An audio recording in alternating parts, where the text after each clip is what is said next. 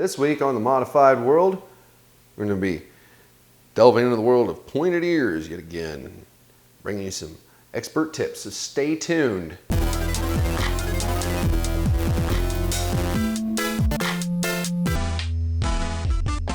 Welcome to the Modified World. It's the weekly web show about body modification. People who do it, people who get it, why it matters. That's right. I am your host. I'm the senior piercer at the world-renowned Pangea Piercing. Beautiful downtown Ann Arbor, Michigan. Purveyor of internet wackiness. You know, that's right, NGC Pots. This week I had to remove the sutures from a ear pointing procedure that was done recently. Now, let me stress, I did not do this ear pointing. I do not do ear pointing. And this is an important thing. Just because I'm a skilled piercer does not mean that I am qualified to do body modification. All right? There are some wacky things out there that I actually know how to do. But let me tell you, ear pointing is not one of them. As we've discussed in earlier videos, there's two techniques. There's the classic method that my friend Ty had done with having a little pie cut piece taken out of his ear and the whole ear sewed shut, folded over and stuff. It's a way to do it. But then you have the technique pioneered and developed by Sammpa Von Cyborg of actually detaching the whole helix, reshaping the underlying cartilage and laying the pieces back to where it looks all badass. He's about the only one that really does it. Now, I've seen a couple of people do this, a similar technique. However, I have not ever seen results like what Sammpa does. So when I get comments and questions left on my videos talking about, do I know somebody in the local area or somewhere around me that can do this procedure? No, I don't. You know, I know Sammpa, and that's the only guy I'm going to really trust to do that type of stuff. Why? Advanced. Why? Experienced. Why? He developed the technique. So, you want to get this stuff done, dude, save your money and wait for the fin. It'll be okay, all right? It's worth the trip, it's worth the wait, it's worth the money because you get results that kind of speak for themselves.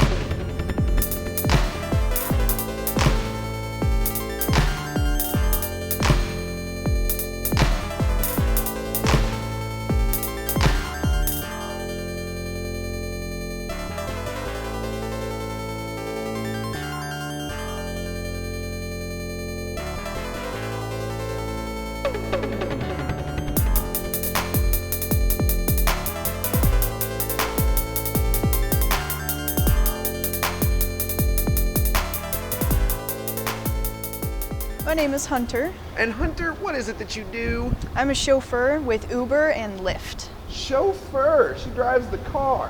When you call for Uber, you might get lucky. Well, not in that way, but you know, hey, you never know. No. But anyway, so what did you have done? I had my ears pointed. And how long had you been thinking about it? Maybe like 10, 15 years. Right on, right on. I was like really little. What was the motivation? I guess werewolves. Just always liked how it looked. Right on. I find that a lot. That you get like fantasy cosplayers, people who play RPGs, stuff like that. You know, people who are a little more, I don't know, odd. And then there's also the people who are like furry, other kin type and stuff like that. It's a whole big spectrum and gamut, and we like that. So, what was the hardest part about it for y'all? Not being able to sleep very well the first couple of nights. Mm-hmm.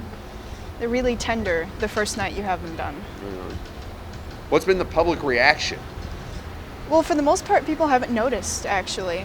Kind of And subtle. then there have been a couple people in my family who say, why the f*** would you do that? And I say, because I f***ing want to. Because it's your body, and it's not Yeah. dress rehearsal. You get one shot at all this, and you might as well go through enjoying it. This is why I'm such a fan of body modification in general, because literally all those reasons I just stated. Life ain't dress rehearsal. And there is something you can do. And if there is something you can do to make yourself happier, f***ing do it. So why does all this matter to you anyway? I mean, body modification's kind of an oddball thing. Why does it matter? Well, it's all about trying to be who you think you are on the inside. And I've always been extremely self-conscious too. So it feels really good to finally do things and feel like myself. That's awesome. Feel like you can go kick open f***ing doors and be like, that's right, motherfucker, this is me. Because a lot of us sure too, man. And I was the same way, man. Back before I did all this stuff to myself, I wasn't the guy that could stand and have two cameras pointed in my face and a microphone on me and me go, I'd have done that, man. But once I'm again, tempted. Yeah, I I'm know. like, ah. Right, but still though, the boldness of the armor that comes when you've remodeled your body to kind of more accurately represent your inner monologue, that's some powerful shit. So anyway, Hunter, thank you so much for letting me take your stitches out and for I appreciate it. being part of the whole fun process. Yay. And if you want to know more about the whole ear pointing stuff, I have a nifty playlist on the YouTube. So please go ahead, and I'm sure there's probably somewhere to click around here to make that happen. Well, thank you so much. Really, seriously, appreciate it. And I just had to let one of my counter people go. And it's not that she was like, like bad or anything like that. Not like stealing or anything that makes it feel good to fire them. Just, one of those things. Had to do what I had to do, Got better people lined up, and it's hard. It's never easy, man. Always makes me feel terrible. But hey, that's real, man. That's part of the reality of actually running one of these places and managing all this stuff. Heavy is the head that wears the crown. Of course, that always brings me to the part of the show where I like to show you guys some of the wackier things that I've been working on.